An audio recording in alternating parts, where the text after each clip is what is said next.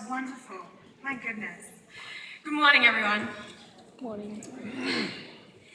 Thank you, Mr. Feinberg, Superintendent Arlene, Mrs. Wheatley, Mr. Maroon. Thank you for living the dream. Thank you, faculty. Teaching is so hard, but this is why we do it. Thank you, families and friends. They stand up here today because you stood beside them all the way. I'm going to try something. Hang on. Lo siento, no hablo español. Gracias, familia y amigos.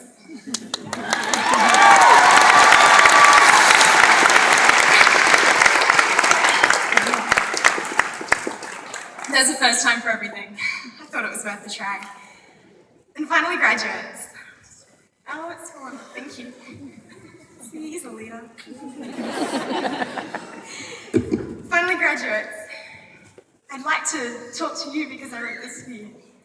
You look so beautiful and very red. I feel like you've been sitting up there this whole time, being so patient and listening, and I'm the last one in the way for you to get your diploma. So I want to make this really quick, but I also want to give you a little break to just enjoy this moment. This is the only time in all of infinity that you'll graduate on the stage. It's a pretty special thing. So we're going to do something that I didn't ask permission for because I leave Texas in a couple of hours, so they can't find me. I'd like you to take just a second, well maybe let's make it 25 seconds. Mr. Shaw, you got me a few times. Go ahead and grab out your phone if you want to and capture this amazing sight. Go on. YOLO.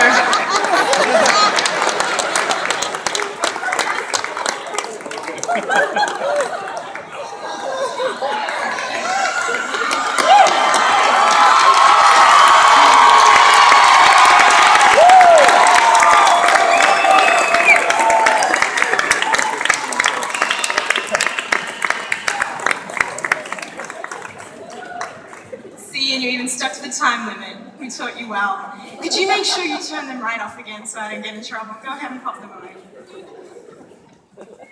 And now you're smiling, which is what we wanted.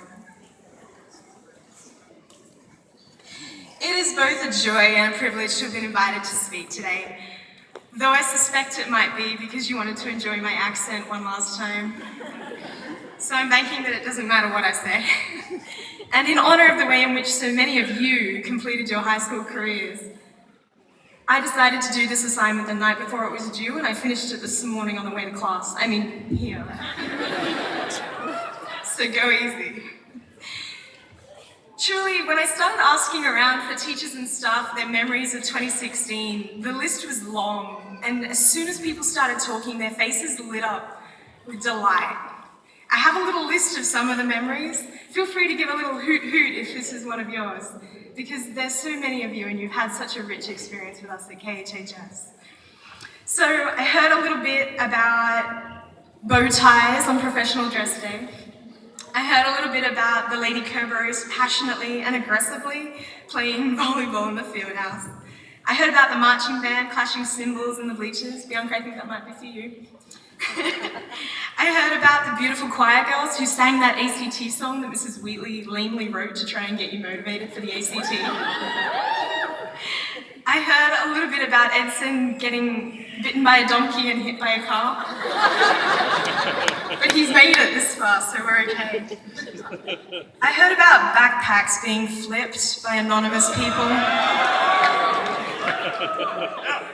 A phenomenon I will never understand. I also heard about some bus rides and some more anonymous people that we won't get into. I heard about field trips to Galveston where you apparently got wet and were wet through the whole seat changing ceremony for 8th grade. It was a while. Oh, it goes back. I heard about trips to Utah and to Georgia. I heard about Roberto playing his ukulele in class. I heard about artwork at Via Calore on the pavement. And that time we saw Angel dressed up in his theme for the first time. And of course, multiple students and staff mentioned Min, saying, as always,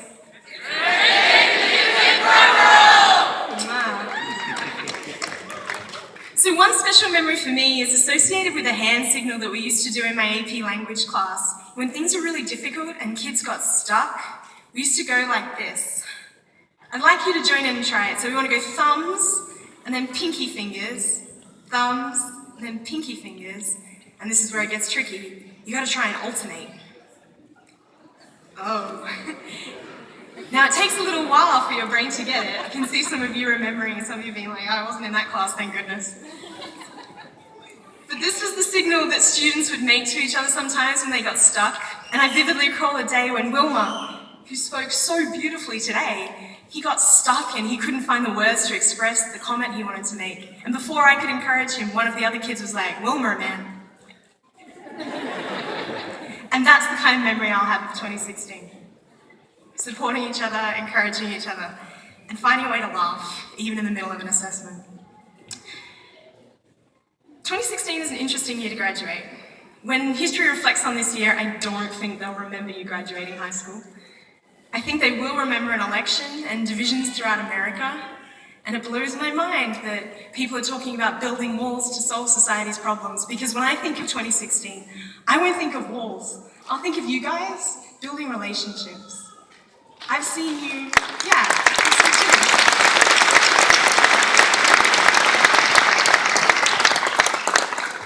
if anything, as a class, you've come together in your junior and senior years. Can you feel that? How different it is from when I first met you at the start of junior year. It was almost like you didn't really like Kip and you didn't really like each other. And maybe that's a common thing at the end of 10th grade, but on senior recognition night, for those of you who were able to join us this week, you could feel the love in the room. And I feel it right now. Go ahead and give a little elbow to the person next to you. Share some love. You're in this together, guys, all the way to the end. And there are those smiles again. I've come to learn in my experiences and my travels that when you spend time with people, I'll wait. When you spend time with people, they become a part of you. And I worry that unless we spend more time listening to one another and asking questions, we're not going to get anywhere. As you all know, relationships change over time, and it's only by talking that you get to know people. Give me a little poll right now. Hands up who's friendlier now with someone than they were back in 5th and 6th and 7th grade when you thought you would never like them. Who got to know somebody unlikely? Would you look at that? It's only through spending time together and talking to one another that we can bridge the divide. And I've been so impressed to see you bridge the divide of gender and age and culture and language to form a bond that's palpable. It's a beautiful thing, and I'm going to miss it so much. So, we've talked about sticking with it when things aren't going your way and you've got to try and figure it out.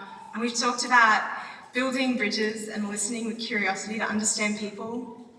There's one last thing I want to talk about, and that's this idea that life is not going to go the way you plan. Wiser people than me have said that life is not linear, and I asked some math folk and they said that it's not a straight line. You can't connect the dots looking forward.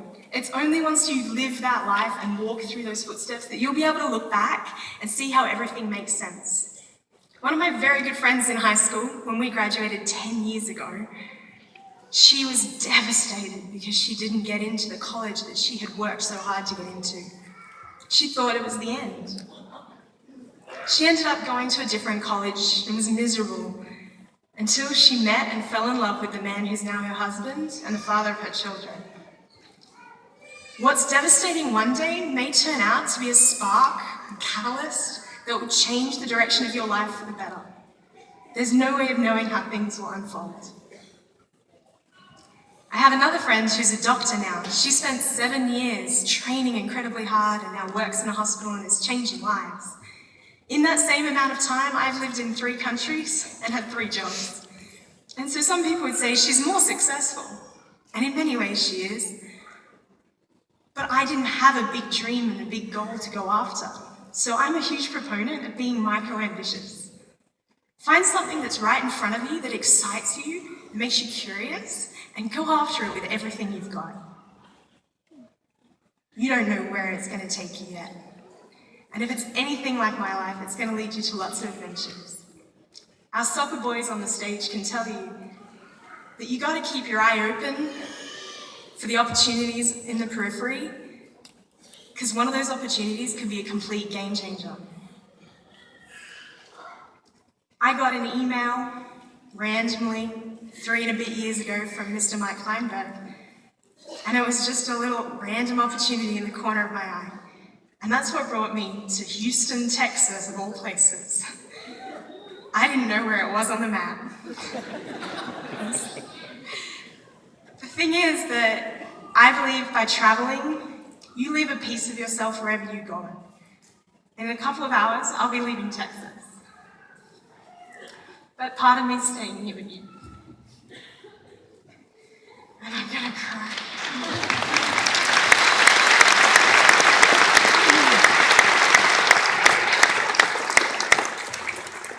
So my friends, tomorrow is a blank page. You should take Wilma's advice and make whatever changes you want to make to your life every day until it resembles the life that you want for yourself. You have the freedom now, and Kip has given you a great running start to make the life that you want. Stay in touch, be safe, make good choices, and be happy. Congratulations, my friends.